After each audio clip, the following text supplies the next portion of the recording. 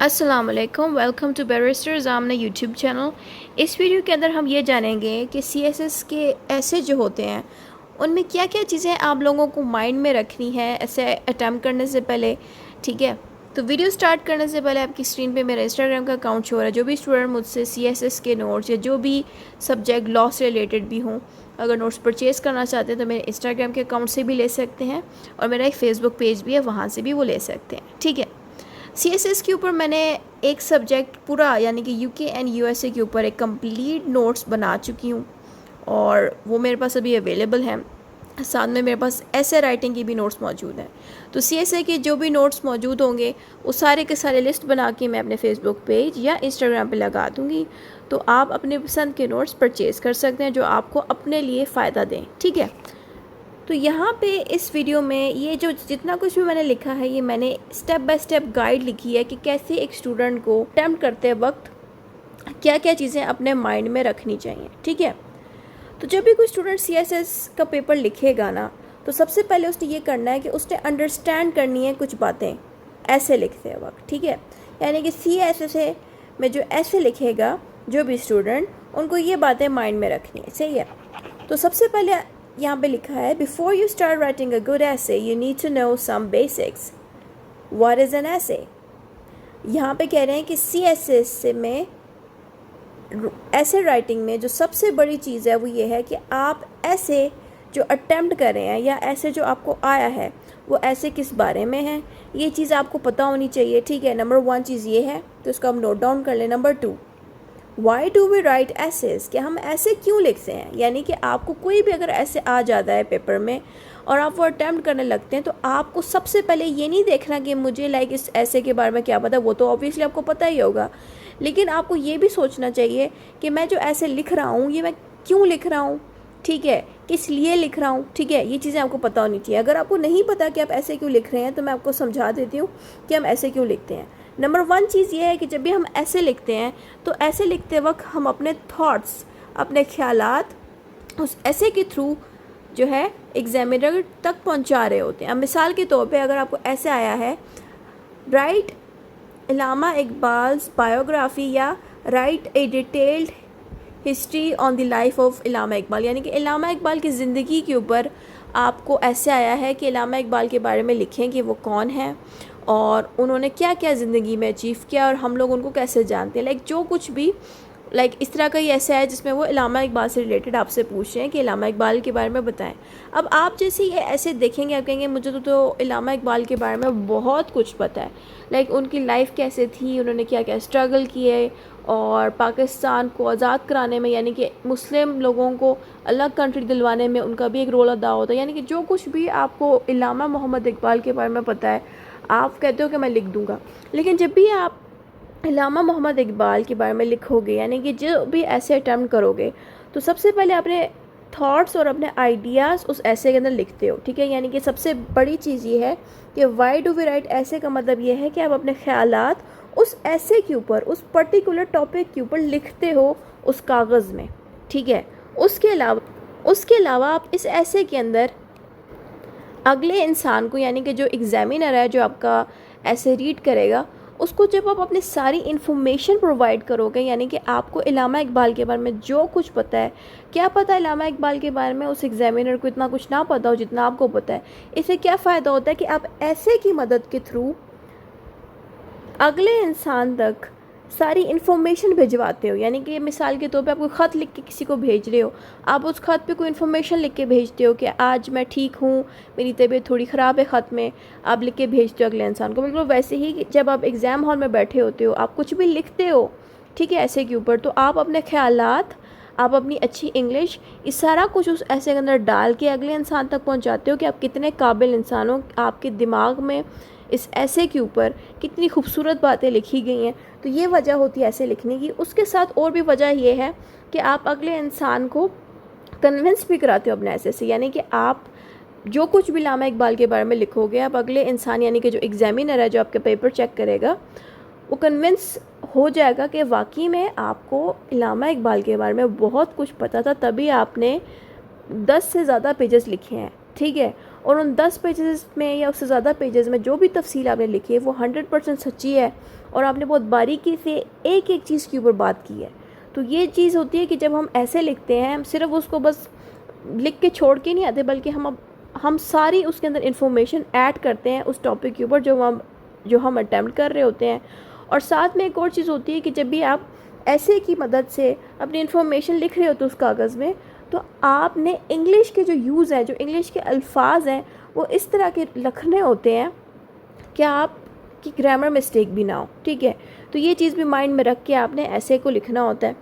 Next point है हमारे पास, how is an ऐसे डिफरेंट फ्रॉम स्पीच और अदर राइटिंग। आपको ये चीज़ भी माइंड में रखनी चाहिए कि ऐसे जो है आम गपशप में और आम राइटिंग से मुख्तलिफ क्यों होता है। पहली बात तो ये है कि जो ऐसे है ना, वो हमारी नॉर्मल गपशप की तरह नहीं होती। जैसे कि हम दोस्तों से बातें करते हैं या माँ बाप से या किसी से बातें करते हैं, ऐसे में वो सब नहीं होता। ठीक है, ऐसे में क्या होता है कि आप बाकायदा एक इंसान की ज़िंदगी के ऊपर तफसील के साथ एक कहानी लिख रहे होते हो, या किसी की ज़िंदगी पे लिख रहे होते हो, या किसी हालात के ऊपर बात कर रहे होते हो। ठीक है, वो गपशप जैसा नहीं होता। गपशप में क्या होता है कि आप रैंडमली फजूल बात भी कह सकते हो या अगले बंदे की सुनते हो फिर बोलते हो। तो गपशप एंड नॉर्मल स्पीच जो होती है वो डिफरेंट होती है ऐसे से। एक तो ये चीज़ हमें समझ आई। तो अदर बाकी जो राइटिंग है, जैसे कि आप स्कूल एंड कॉलेजेस में या एग्ज़ाम हॉल में जो पेपर लिखते होते हैं, उनसे थोड़ा ऐसा डिफरेंट क्यों होता है? क्योंकि जैसे कि बाकी जो सवाल हमें पेपर में आते हैं उनमें क्वेश्चन एंड आंसर्स होते हैं। ठीक है, हम क्वेश्चंस वो पूछते हैं, हम उस हिसाब से आंसर देते हैं जितना हमारे पास उसका नॉलेज होता है। लेकिन ऐसे में ऐसा नहीं होता। ऐसे में क्या होता है कि आपसे सिर्फ अगर उन्होंने हिस्ट्री पूछी तो आप उस हिस्ट्री में वो सारी बातें डालेंगे।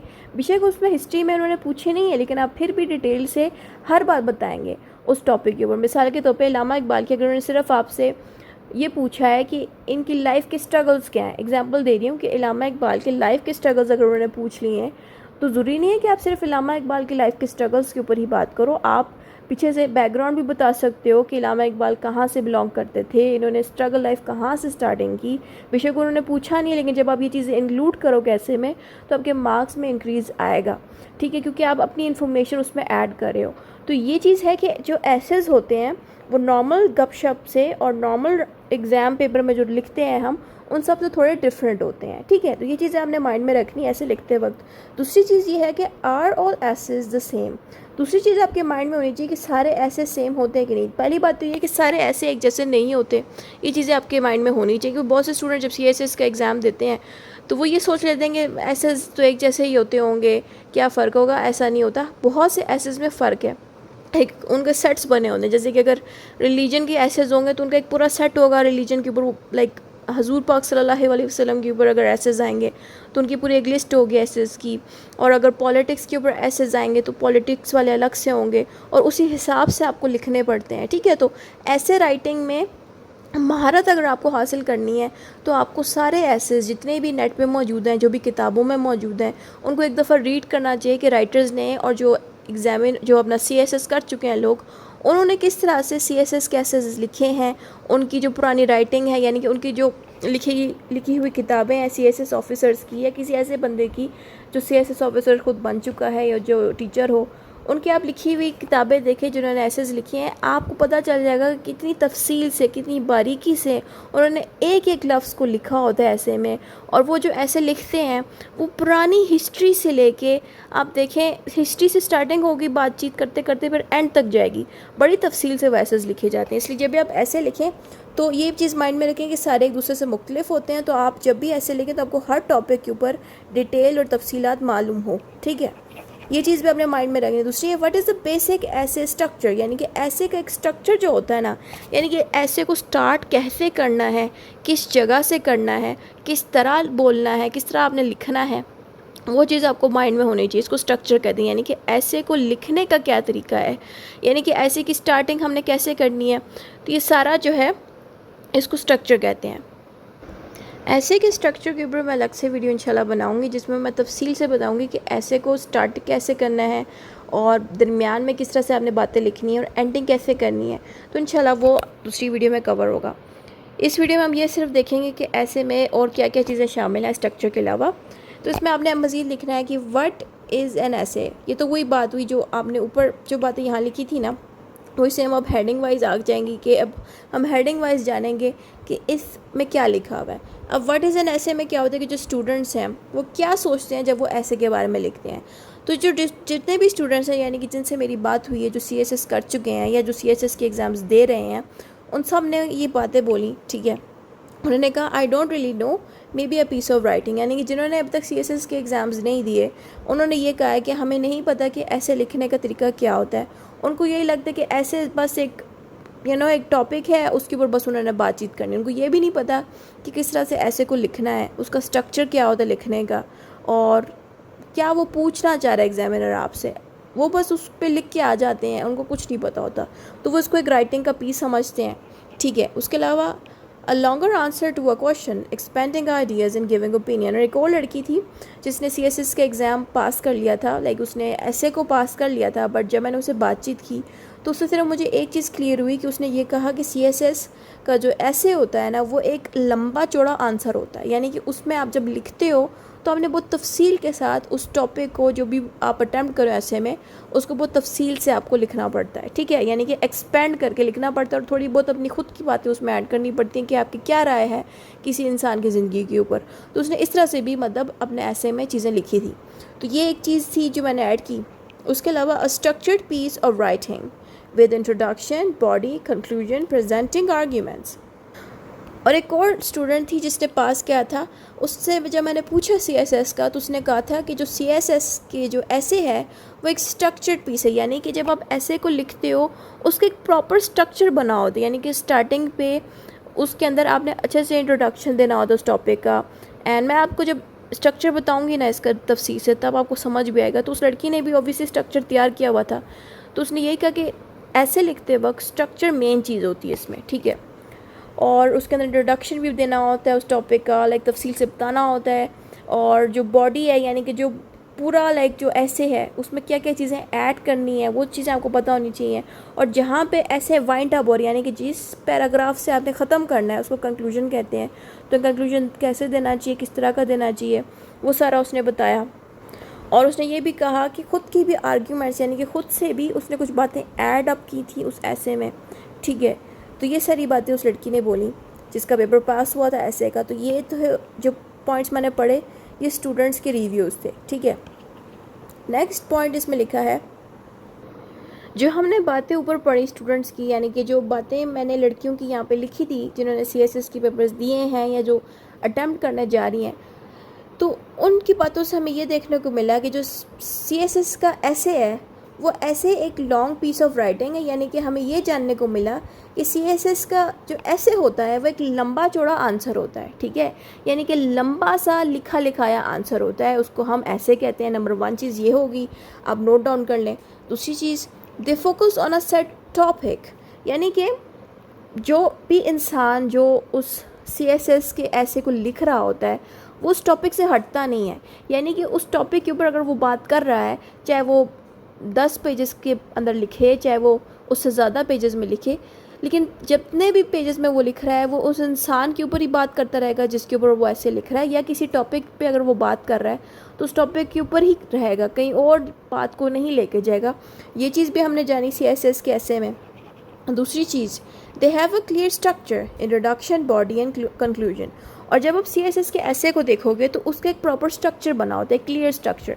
स्ट्रक्चर में क्या होता है कि जब ऐसे स्टार्ट होता है तो उसमें इंट्रोडक्शन सा होता है स्टार्टिंग पे, यानी कि अब मिसाल के तौर पे अगर आप इल्लामा इकबाल के ऊपर अगर लिख भी रहे हो ऐसे, तो उसकी स्टार्टिंग ऐसे नहीं हो कि एकदम आप उसके उनके जो है ज़िंदगी के ऊपर फ़ौरन आ जाओ कि उन्होंने किस तरह से सब कुछ अचीव किया, बल्कि आप स्टार्टिंग से बातचीत स्टार्ट करोगे कि वो कौन थे, वो पैदा कहाँ पे हुए, उन्होंने कौन सी तालीम हासिल की, यानी कि आप बिल्कुल बेसिक से कि वो पैदा किधर हुए, यानी कि जहाँ से वो पैदा हो के बड़े हुए आप वो सारी बातें स्टार्टिंग पे लिखोगे ऐसे के, तो वो होगा इसका इंट्रोडक्शन। और जो दरमियान वाला पोर्शन होगा जिसमें उनका स्ट्रगल आएगा, जहाँ पे उन्होंने अपनी ज़िंदगी में माशाल्लाह से जो कुछ अचीव किया होगा इल्लामा मोहम्मद इकबाल ने, तो वो सारा कुछ उसके बॉडी के हिस्से में आएगा, यानी कि जो ऐसे का जो दरमियाना पोर्शन है जिसमें उनका स्ट्रगल और बाकी सारी बातें लिखोगे आप, तो वो सारा बॉडी होगा। और कंक्लूजन का मतलब है जो एंडिंग होगी ऐसे की वो आपने बड़ी ज़बरदस्त करके वाइंड अप करना होगा, ऐसे नहीं कि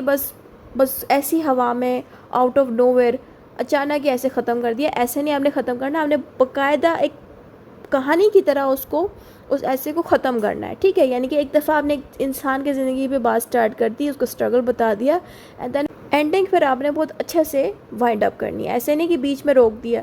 आप जब एंड कर रहे हो तो उसको एंड भी बहुत अच्छे से करना है, उसको हम कंक्लूजन कहते हैं। तो इसका स्ट्रक्चर भी होगा, तो ये चीज़ भी हमने जानी। उसके अलावा they include facts and your own opinion, यानी कि जब आप उस ऐसे के ऊपर बात कर रहे होगे तो ज़रूरी नहीं है कि आप सिर्फ उस इंसान के ऊपर जो उस इंसान ने किया है, या जो इंसान जिसके ऊपर आप बात कर रहे हो डायरेक्ट सिर्फ उसके ऊपर रह के बात करें, बल्कि आप अपनी ओपिनियन भी दे सकते हो कि अगर वो इंसान ऐसा है तो ऐसा क्यों है। आप अपनी ओपिनियन भी दे सकते हो ऐसे में लिखते वक्त। जैसे कि मिसाल के तौर पे मैं अल्लामा इकबाल मोहम्मद के ऊपर तो नहीं कहूँगी, बल्कि मिसाल के तौर पे अगर आप मेरे बारे में ऐसे लिख रहे हो, मैं अपना रेफरेंस इसलिए दे रही हूँ कि मैं अपने बारे में तो नेगेटिव बात कर लूँगी, अल्लामा मोहम्मद इकबाल के बारे में नहीं कर सकती।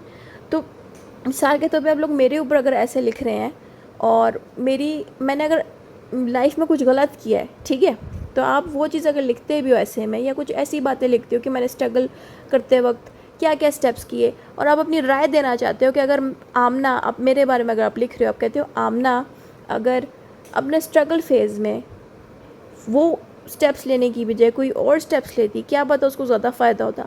तो आप ऐसे लिखते वक्त अपने ख़ुद की राय भी दे सकते हो, यानी कि आप किसी इंसान की ज़िंदगी पे जो लिख रहे हो, उस इंसान की ज़िंदगी के ऊपर लिखते लिखते भी आप अपनी राय दे सकते हो, ठीक है। तो मैंने इसलिए अपना रेफरेंस दिया क्योंकि ऑफ कोर्स अगर मैं किसी और इंसान के ऊपर या किसी अच्छी हस्ती के ऊपर अगर बात करती तो वो मुझे बुरा लगता है, इसलिए मैंने अपना रेफरेंस दे के आप लोगों को समझाया कि आप ऐसे के अंदर एक ओपिनियन दे सकते हैं कि एक इंसान अगर इस तरह से भी हरकत करता या स्टेप्स लेता अपनी ज़िंदगी में तो वो कामयाब हो सकता था, ठीक है। तो अब अपनी राय भी दे सकते हैं, ठीक है। उसके अलावा फैक्ट्स के ऊपर भी बात कर सकते हैं, यानी कि हकीकतें यानी कि जो उस इंसान ने किया, तो क्या उस इंसान ने सही किया था कि नहीं सही किया था, और क्या उसे फ़ायदा उसको पहुंचा कि नहीं पहुंचा। तो उस इंसान की स्टोरी लाइन और उसके बारे में जो भी स्ट्रगल है और जो कामयाबी है, जो हकीकतें हैं, वो सारी भी आपने बयान करनी होती है उस ऐसे में। ऐसा नहीं कि बस आपने बता दिया कि उसने ये चीज़ अचीव की, बल्कि अब ये भी बताएंगे कि उसने कैसे अचीव की, और ये भी बताएंगे, प्रूफ भी देंगे कि उसने फ़लाँ जगहों से कामयाबी हासिल की, इन लोगों ने भी उसकी बातें की। तो यानी कि आप जब ऐसे लिख रहे होगे ना, आपने उसमें बेशुमार बातें लिखनी है, ठीक है। आप एक्स्ट्रा लोगों को भी ऐड कर सकते हो, यानी कि जिन लोगों ने पर्टिकुलर बंदे के बारे में अगर कुछ अच्छा कहा और वो बात बहुत ज़्यादा मशहूर भी है, तो वो भी ऐड कर सकते हो ऐसे में, ठीक है। तो ये सारी बातें हैं। उसके अलावा they are formal not personal. Formal means कि जब आप ऐसे के अंदर बातें लिखते हो तो आप उसको फॉर्मल वे में लिखते हो। फॉर्मल वे मीन्स कि अब जैसे कि पर्सनल का मतलब ये है कि आप किसी की पर्सनल लाइफ के ऊपर बहुत ज़्यादा बात नहीं करते। मिसाल के तौर पे अगर आप अल्लामा इकबाल के ऊपर अगर लिख भी रहे हो तो अब ये नहीं लिखते कि उनकी फ़ैमिली में क्या हो रहा है या उनका अपनी वाइफ के साथ ताल्लुक़ कैसा था, हम वो चीज़ नहीं लिखेंगे, ठीक है, क्योंकि वो चीज़ नेगेटिव में चली जाती है। अगर आप किसी इंसान के किरदार के ऊपर अगर लिख भी रहे हो, 10 पेज से ज़्यादा लिख रहे हो, तो आपने कोशिश करनी है कि अपने ऐसे के अंदर उस इंसान की कामयाबी के ऊपर ज़्यादा बात करनी है, और वो कामयाबी उसने कैसे हासिल की उसकी पॉजिटिव साइड के ऊपर ज़्यादा बात करनी है, ठीक है। बुराइयाँ कम से कम लिखनी है, और कोशिश करनी चाहिए कि जो अल्फाज आप चुने ऐसे लिखते वक्त, वो अल्फाज आप अच्छे चुने उस इंसान के लिए या फिर उस टॉपिक के लिए। ज़रूरी नहीं किसी इंसान के ऊपर ही ऐसे है कि आप बता किसी और चीज़ पे आए कि आपकी लाइफ के ऊपर वो पूछ लें, या कोई भी रैंडम से टॉपिक के ऊपर वो बात कर लें, क्या पता किसी इंसान के ऊपर वो पूछे ही ना। तो जब भी आप अब अल्फाज लिखें अपने ऐसे में, तो ऐसे लिखें कि रीड करने वाले को भी मज़ा आए और उसको इंटरेस्ट भी फील हो, लेकिन उसमें नेगेटिविटी ना हो, कोई पर्सनल ज़ात के ऊपर बात ना हो, ठीक है। तो ये चीज़ आपने माइंड में रखी अपने ऐसे को लिखना है। The support one main points through out. इसका ये जो आखिरी पॉइंट है, इसका मतलब ये है कि जो ऐसे में बात चल रही है वो बात चलती रहेगी। यानी कि आप देखो, जब भी एक CSS ऑफिसर एक ऐसे लिखेगा, अगर आपके पास कोई बुक मौजूद है तो आप लाजमी उनकी रीड आउट करो। उसमें पता चलेगा कि जब वो ऐसे जब लिख रहे होंगे ना, स्टार्टिंग से लेके एंड तक उसी टॉपिक के अंदर वो रहेंगे, कभी वो उस टॉपिक से बाहर नहीं हटेंगे। यानी कि जिस टॉपिक है वो ऐसे लिख रहे हैं उसी के अंदर रह के ही बात करेंगे, ठीक है। बिल्कुल ही साइड पे होकर किसी और चीज़ के वो डिस्कशन एकदम स्टार्ट नहीं करेंगे, बल्कि उसी टॉपिक को ही वो दूसरी डिस्कशन के अंदर लेके आएंगे उस ऐसे के अंदर, ठीक है। तो ये चीज़ अपने माइंड में रखनी है कि कंसिस्टेंटली वो जो टॉपिक चल रहा होगा ऐसे में, वो इकट्ठा बार बार रिपीट होता जाएगा, यानी कि आप हर पेज में अगर जाओ ना, उस एक टॉपिक के अगर हर पेज को देखो तो हर कागज़ पे उस एक टॉपिक के ऊपर ही बात हो रही होगी। तो ये बात इस लास्ट लाइन में लिखी, यानी कि ऐसे में चाहे आप 10 पेजेस लिखो, 10 पेजेस से ज़्यादा लिखो, ऐसे के अंदर बातचीत रिपीट होती रहेंगी और बोरियत भी ना आए। यानी कि आप ऐसे इस तरह से लिखोगे कि आप बार बार रिपीट भी ना करो वो बातें, लेकिन उसी बात को आगे कंटिन्यू रखो। यानी कि मिसाल के तौर पे अगर उन्होंने आपसे इल्लामा इकबाल की लाइफ के ऊपर पूछ लिया तो आपने एक दफ़ा तो बयान कर दी, लेकिन आप और भी आइडियाज़, यानी कि आपको उनके बारे में जो भी मालूमात है उनको मज़ीद उस टॉपिक के अंदर लेके आओ, ताकि टॉपिक कंटिन्यू भी रहे और एक्स्ट्रा चीज़ें उसी टॉपिक के साथ ऐड हो जाए। तो इस तरह से आपने ऐसे को लिखना होता है। अब आगे सिंपल डेफिनेशन भी देख लेते हैं कि ऐसे सिंपली, ये जो भी हमने ऊपर पढ़ा इसको आसान अल्फाज में मैंने दोबारा लिख दिया कि ऐसे का मतलब है एक फॉर्मल, यानी कि एक नॉर्मल सी एक लिखावट होती है जिसमें बहुत पर्सनल भी इंसान नहीं होता, लेकिन आप उस ऐसे को तफसील से लिख लेते हो, ठीक है, इसको हम फॉर्मल कहते हैं। और ये जो ऐसे है ये स्ट्रक्चर होता है, यानी कि हमें पता होता है कि स्टार्टिंग में इंट्रोडक्शन देनी होती है एंड देन फिर दरमियान में थोड़ी मज़ीद बातें करनी होती है और एंडिंग हमने अच्छे से वाइंड अप करनी होती है, यानी कि कंक्लूजन जो एंडिंग है वो अच्छे से देना होता है। तो ये एक स्ट्रक्चर्ड पीस होता है। उसके साथ आपने ये भी बताना है कि जो ऐसे है उसमें आप खुद से भी उसमें स्टेटमेंट्स या ओपिनियन डाल सकते हो अपने, ठीक है। और बस ये वही बात है जो ऊपर लिखी है वो दोबारा मैंने रिपीट कर दी है दोबारा समझाने के लिए। आगे लिखी है breaking it down, formal structure statement support, यानी कि जो कुछ भी अब मैंने ऊपर पढ़ा वो मज़ीद समझाने के लिए अब मैंने दोबारा इसको ब्रेक डाउन कर दिया। तो फॉर्मल का मतलब ये है कि use serious and proper language, not casual और फ्रेंडली वर्ड, यानी कि जब आप ऐसे लिख रहे हो तो आप ऐसे लिखते वक्त कैजुअल ना हो। कैजुअल मीन्स कि जैसे हम दोस्तों के साथ गपशप करते हैं या दोस्तों के साथ बातें करते हैं तो हम अक्सर नेगेटिव अल्फाज दोस्तों के साथ यूज़ कर लेते हैं, किसी के साथ बदतमीज़ी कर जाते हैं, बट हमें बुरा नहीं लगता क्योंकि हम दोस्तों के साथ बातें कर रहे हैं। बट जब आप ऐसे लिख रहे होते हो, किसी इंसान के ऊपर बात कर रहे हो या कुछ भी लिख रहे हो, तो आप अपने राइटिंग के अंदर अपने जो बातें लिख रहे हो आप एग्जामिनर को जो आप ऐसे की शक्ल में अपनी इन्फॉर्मेशन पहुंचाओगे लिख के, उसमें आप ऐसे अल्फाज ना लिखें कि उसमें बदतमीज़ी शामिल हो, उन अल्फाजों में कोई गाली वाले अल्फाज शामिल हों तो वो गलत होगा। तो गाली वाले अल्फाज या कोई बदतमीज़ी वाले अल्फाज कभी भी आपने अपने ऐसे राइटिंग में नहीं लिखने, या बहुत ही ज़्यादा कैजुअल भी नहीं होना। कैजुअल मीन्स कि बिल्कुल दोस्तों जैसा रवैया भी नहीं रखना अपने ऐसे में, यानी कि ऐसे भी नहीं राइट करना कि आप बिल्कुल लग रहा हो कि आप मजाक में लिख रहे हो सारा कुछ, आप सीरियस नहीं हो। तो जब आप ऐसे लिख रहे हो तो आप कोशिश करें ऐसे लिखते वक्त आप ज़हनी तौर पे भी सीरियस हो, आप उसके ऊपर पूरा फोकस्ड हो। दूसरी चीज़, आपकी जो लैंग्वेज है वो प्रॉपर हो, यानी कि आप वल्गर लैंग्वेज या कोई नेगेटिव अल्फाज जो है यूज़ ना करें ऐसे लिखते वक्त। स्ट्रक्चर भी आप जहन में रखते हुए रखिएगा कि tell the reader what you will say, यानी कि आपका जो ऐसे रीड करने वाला जो टीचर होगा, जो एग्जामिनर होगा, उसको आपकी ऐसे से आराम से पता चल जाए आप कहना क्या चाह रहे हो। यानी कि आपके ऐसे को जब वो रीड करे तो उसको स्टार्ट में इंट्रोडक्शन सा पोर्शन दिखे, यानी कि आप जो भी टॉपिक पे बात करोगे उसका जो स्टार्टिंग होगी वो ऐसे लगे जैसे कि आप इंट्रोडक्शन दे रहे हो, ठीक है। मिसाल के तौर पे एक बंदे ने ऐसे लिखा है, ठीक है, मेरा नाम आमना है और एक और मेरे साथ एक लड़का है उसका नाम अली है और वो भी CSS अटैम्प्ट करा, मैं भी। अब मैं जब पेपर लिख रही हूँ मैं इंट्रोडक्शन नहीं दे रही बल्कि डायरेक्ट ही लिख रही हूँ कि इल्लामा इकबाल ने फ़लाँ एज में कामयाबी हासिल की। मैंने मतलब ये भी नहीं बताया कि इल्लामा इकबाल कौन थे, कहाँ बड़े हुए, कहाँ उनकी ग्रूमिंग हुई, कहाँ उन्होंने स्कूल से या किस जगह से तालीम हासिल की, मैंने वो दिया ही नहीं। सीधा जाके मैंने बता दिया कि इल्लामा इकबाल को फ़लाँ जगहों पे कामयाबी हासिल हुई। जिससे क्या होगा कि मेरे मार्क्स में बहुत डिक्रीज़ आएगा, मुझे उतने मार्क्स नहीं मिलेंगे, क्या पता मैं फ़ेल कर जाऊँ ऐसे में। लेकिन साथ में मेरे जो बैठा होगा लड़का अली, उसने इंट्रोडक्शन प्रॉपर्ली दिया होगा, उसने लिखा होगा कि इल्लामा इकबाल कहाँ पैदा हुए, कहाँ उनकी ग्रूमिंग हुई। जबकि सवाल ये नहीं था, सवाल आया हुआ था कि इल्लामा इकबाल ने किन जगहों पे कामयाबी हासिल की। मैं एग्जांपल दे रही हूँ किस तरह का ऐसे आया था। बट उस लड़के ने क्या किया, इंट्रोडक्शन प्रॉपर्ली दिया कि इल्लामा इकबाल कौन थे, कहाँ बड़े हुए, किस स्कूल में उन्होंने पढ़ा और उस स्कूल से उनको क्या तालीम हासिल हुई और उस स्कूल से या उनकी लाइफ से उन्होंने कब जाके कामयाबी हासिल करना शुरू की। तो मतलब उस लड़के ने बड़ी तफसील से इंट्रोडक्शन दी है, जिससे क्या हुआ, एक तो यहाँ से भी इसको मार्क्स मिलना शुरू हो गए। उसके बाद जो बॉडी यानी कि जो दरमियान का पोर्शन होगा ऐसे का, उस लड़के ने बड़े तफसील से बताया होगा कि इल्लामा इकबाल अपनी जवानी में उन्होंने क्या क्या किया, क्या कहाँ कामयाबी हासिल की। और जब वो फिनिश कर रहा होगा ऐसे को तो वो भी बड़ा ज़बरदस्त उसने एंडिंग की होगी। तो इस तरह से उस बच्चे के मार्क्स आ जाएंगे और मेरे नहीं आएंगे। तो ये एक फ़र्क होता है ऐसे लिखते वक्त। तो ये इसलिए मैंने इसको दोबारा रिपीट किया, ठीक है। अगली चीज़ है स्टेटमेंट। योर मेन पॉइंट और opinion usually one sentence in a, यहाँ पे ये कह रहे हैं कि आप जब भी इंट्रोडक्शन लिख रहे हो या एंडिंग कर रहे हो या दरमियान में कुछ भी लिख रहे हो, तो आप कोशिश क्या करें कि अपने ख़ुद की ओपिनियन भी ऐड करें। यानी कि आप किसी इंसान की ज़िंदगी पे भी बात कर रहे हो तो खुद से राय भी दे सकते हैं कि वो इंसान इस तरह से भी अपनी ज़िंदगी जी सकता था, या उसको इस तरह नहीं करना चाहिए, उस तरह से भी कर सकता था। यानी कि वो आप अपने ओपिनियन थोड़े बहुत 1-2 लाइंस में लिख सकते हैं, ठीक है। या आप बाकी CSS ऑफिसर्स के अगर आप ऐसे रीड आउट करेंगे तो आपको खुद आइडिया हो जाएगा कि वो जब लिख रहे होंगे तो वो अपने खुद के ओपिनियंस भी थोड़े बहुत डाल रहे होंगे उस ऐसे में।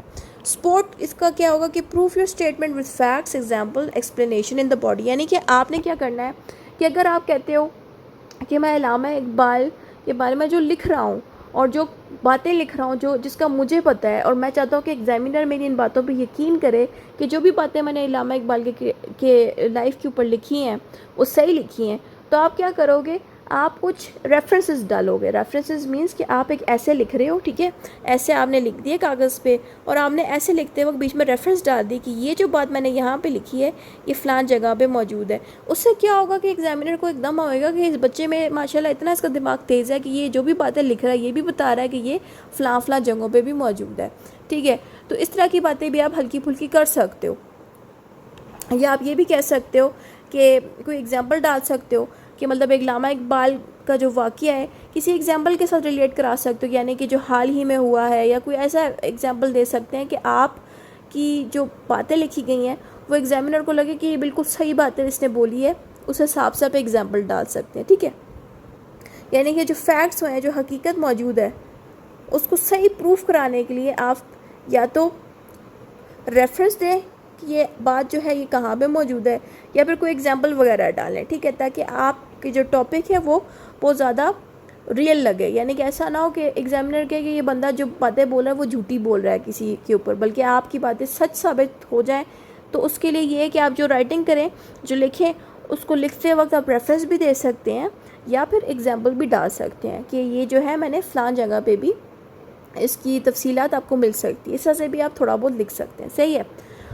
तो अगर किस टेक्निक से लोग लिखते हैं, क्या तरीका लोग यूज़ करते लिखते वक्त proof your statement with facts को करने के लिए, तो मैं एक अलग से इंशाल्लाह एक वीडियो बनाऊंगी जिसमें मैं बाकायदगी के साथ आप लोगों को दिखाऊंगी कि आपको CSS के ऐसे में किस तरह से अपने ओपिनियंस और किस तरह से अपने फैक्ट्स और ये चीज़ें ऐड करनी है। दूसरा पॉइंट है हमारे पास 4 की पॉइंट्स टू रिमेंबर। अब जो स्टूडेंट CSS के एग्ज़ाम्स दे रहे हैं उनको 4 बातें जहन में अपने रखनी है। पहली है have one main idea that holds the essay together. यानी कि आप जिस बारे में बात कर रहे हो, यानी कि जिस टॉपिक को आप डिस्कस करने की कोशिश कर रहे हो, आप उसको खींच के आगे लेके जाओ। यानी कि अगर आप अल्लामा इकबाल के ऊपर अगर बात करना चाहते हो तो आप कोशिश करना उसको इतना लंबा कर देना कि आप उसके बारे में हर चीज़ लिख दो। जैसे कि उनकी ग्रूमिंग कहाँ हुई, पैदा कहाँ पे हुए, उन्होंने कहाँ सक्सेस हासिल की, कब शादी हुई, उन्होंने कहाँ कहाँ किस किस जगहों पे अपनी लाइफ में कामयाबी हासिल की। यानी कि आपको उनकी ज़िंदगी के बारे में जो कुछ भी मालूम है, पैदा होने से लेकर उनके बुढ़ापे तक, उस सारा कुछ आपको लिखना पड़ेगा। क्योंकि यही होता है ऐसे में कि एक दफ़ा आप स्टार्ट कर दो, आपको उसको स्टार्ट से लेकर एंड तक खींचना पड़ता है उस बात को, और काफ़ी लंबा करना पड़ता है ऐसे को। तो ये चीज़ आपने माइंड में बिठा देनी। दूसरी चीज़, make a statement about it at the start. और स्टार्ट से ही आपने कोशिश कर देनी चाहिए कि अच्छे से उस करैक्टर के बारे में जिसके बारे में वो आपसे पूछ रहे हैं या उस टॉपिक के बारे में शुरू में थोड़ा बहुत अच्छे से एक्सप्लेन कर दें, ताकि बाकी बातें भी जो आप करें तो स्टार्टिंग पे थोड़ा बहुत बता दें कि ये बंदा कौन था, या आप किसी भी करैक्टर के ऊपर उन्होंने पूछा तो आपको स्टार्टिंग पे भी थोड़ा बहुत तफसील मज़ीद देनी चाहिए कि ये कौन थे और ये पैदा कहाँ हुआ। यानी कि आप डायरेक्ट ये लिख दोगे ना कि ये पैदा कहाँ हुआ है तो वो भी एक नेगेटिव इंप्रेशन जाएगा। आपको स्टार्टिंग में पहले थोड़ा ये बताना होगा कि जिस करैक्टर के बारे में आप बात कर रहे हैं वो कौन है, उनका क्या रुतबा है, एंड देन फिर आप उनके लाइफ के ऊपर बातचीत करें कि वो पैदा कहाँ हुए एंड ऑल दैट, ठीक है। Next is only include information that supports the idea. और आप सिर्फ वही इन्फॉर्मेशन उस टॉपिक पे यानी कि उस ऐसे पे ऐड करें जो उस टॉपिक से रिलेट करता हो। जैसे कि मिसाल के तौर पे अल्लामा इकबाल की ज़िंदगी के ऊपर अगर आप बात कर रहे हैं, ऐसे में लिख रहे हैं अल्लामा इकबाल की ज़िंदगी पे, तो जो भी इन्फॉर्मेशन आप ऐड करेंगे तो वो अल्लामा इकबाल के ऊपर ही होनी चाहिए, ठीक है। यानी कि अल्लामा इकबाल ने ज़िंदगी में कहाँ कहाँ किस किस जगह पे स्ट्रगल किया, और वो पाकिस्तान जब बन गया था तब उन्होंने देखा था कि नहीं, और पाकिस्तान का उनका ऊपर क्या व्यू पॉइंट था, यानी कि वो पाकिस्तान के बारे में कैसे सोचते थे कि किस तरह से पाकिस्तान को होना चाहिए। ऑब्वियसली इल्लामा इकबाल पाकिस्तान बनने से पहले के थे और उनकी वजह से ही काफ़ी लोगों के अंदर इनकरेजमेंट आई कि वो उसके बाद पाकिस्तान बना था, ठीक है। तो उनका क्या रोल अदा होता है, उन्होंने कैसी कैसी बातें की जिससे लोगों में मोटिवेशन आई। यानी कि आपको जो कुछ भी पता है, जो भी इन्फॉर्मेशन है आप ऐड करोगे। ज़रूरी नहीं कि सिर्फ आप कामयाबी के ऊपर बात करो, बल्कि आप ये भी ऐड कर सकते हो कि इल्लामा इकबाल ने किस तरह से लोगों को मोटिवेट किया और नौजवानों के बारे में उन्होंने बातचीत किया। अभी वन उनके लिखे हुए अल्फाज भी ऐड कर सकते हो। तो इस तरह से भी आप ऐसे को जो है खूबसूरत कर सकते हो और बहुत लंबा और मतलब अच्छा बना सकते हो सीएसएस के एग्ज़ाम में पास करने के लिए। तो ये बात यहाँ लिखिए कि जो आप टॉपिक डिस्कस कर रहे हो उसी टॉपिक से रिलेटेड ही आप बातें करो। जैसे कि आपसे अगर उन्होंने पूछा है सिर्फ इल्लामा इकबाल की सक्सेस के ऊपर बातचीत पूछी है कि इल्लामा इकबाल ने कामयाबी कहाँ से हासिल की, तो आप एक्स्ट्रा बातें भी इल्लामा इकबाल के बारे में कर सकते हो कि उन्होंने कैसे हम सबको मोटिवेट किया। यानी कि हम लोगों के बारे में भी आप रेफरेंस दे सकते हो कि उन्होंने अपनी किताबों के ज़रिए और अपनी बातों के ज़रिए भी हम लोगों को मेंशन किया। मैं यानी कि जो कुछ भी आपके पास इन्फॉर्मेशन है इल्लामा इकबाल की वो वेब ऐड कर सकते हैं। ऑर्गेनाइजर ऐसे so the reader can follow easily. और जब भी आप ऐसे को लिखें तो आपने ऐसे भी नहीं करना कि आपने उठा के इधर उधर से बातें लिख देनी है, बल्कि जब आप लिख रहे होंगे ऐसे तो आपका ऐसे एक तरतीब के साथ चल रहा हो। यानी कि स्टार्टिंग पे आपने थोड़ा सा तारुफ दे दिया इल्लामा इकबाल का, दैन आपने ये बताया कि इल्लामा इकबाल पैदा कहाँ हुए, उनकी तरबियत किस इलाके में हुई और उन्होंने कौन सी जगह से एजुकेशन हासिल की।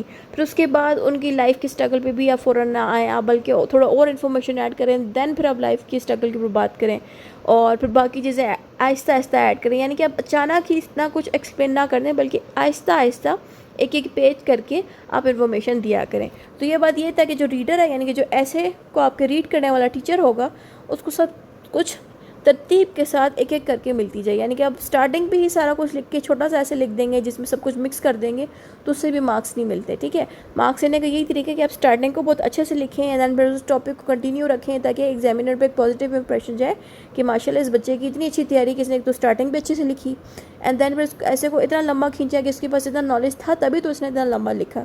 तो ये चीज़ जो है यहाँ पे लिखी गई है। आगे है वाई डू वी राइट ऐसे। अब ऐसे हम क्यों लिखते हैं, ठीक है। पहली बात तो ये teachers purpose. Teachers want to know what you think, what you know and how well you can support your idea। हम ऐसे इसलिए लिखते हैं सीएसएस के एग्ज़ाम में ताकि जो टीचर है वो ये जान सके कि हमारे पास क्या नॉलेज है इस टॉपिक के बारे में, ठीक है, और ताकि वो ये जान सके कि हमारे पास इस टॉपिक से रिलेटेड क्या क्या आइडियाज़ मौजूद हैं। यानी कि हमारे जो आइडियाज़ होते हैं, जो हमारे दिमाग में, जहन में जो बातें होती हैं उस टॉपिक के ऊपर, जो इन्फॉर्मेशन होती है, वो सारी जब हम ऐसे में लिखते हैं, इससे क्या होता है कि जो एग्जामिनर है उसको पता चल जाता है कि जो बच्चा है, जो स्टूडेंट है, उसका कितना लेवल है, तभी तो उसने आके इतना लंबा ऐसे लिखा। जितना कम लेवल होगा, जितनी कम उसकी तालीम होगी, जितनी कम उसके पास नॉलेज होगा उस टॉपिक का, तो वो उतना लंबा ऐसे लिख ही नहीं पाएगा। तो ये एक फ़ायदा होता है जो टीचर्स देख रही होती है बच्चों में। Your purpose, you want to convince the reader that your point of view is reasonable.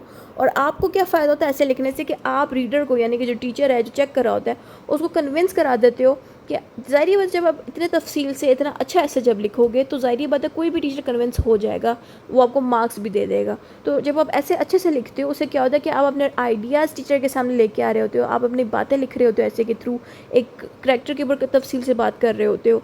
तो अपने आप ही इतनी अच्छी जब आप ऐसे लिख रहे होते हो टीचर के आगे, उनके सामने जब इतना अच्छा ऐसे जाएगा जिसकी अच्छी से स्टार्टिंग हुई हो और वो जो सारी बातें मैंने बता दी वो सारा कुछ उसमें एडेड हो, तो क्यों नहीं एक टीचर आपको पास करेगा। वो तो ना चाहते हुए भी आपको फेल नहीं कर पाएगा, ठीक है।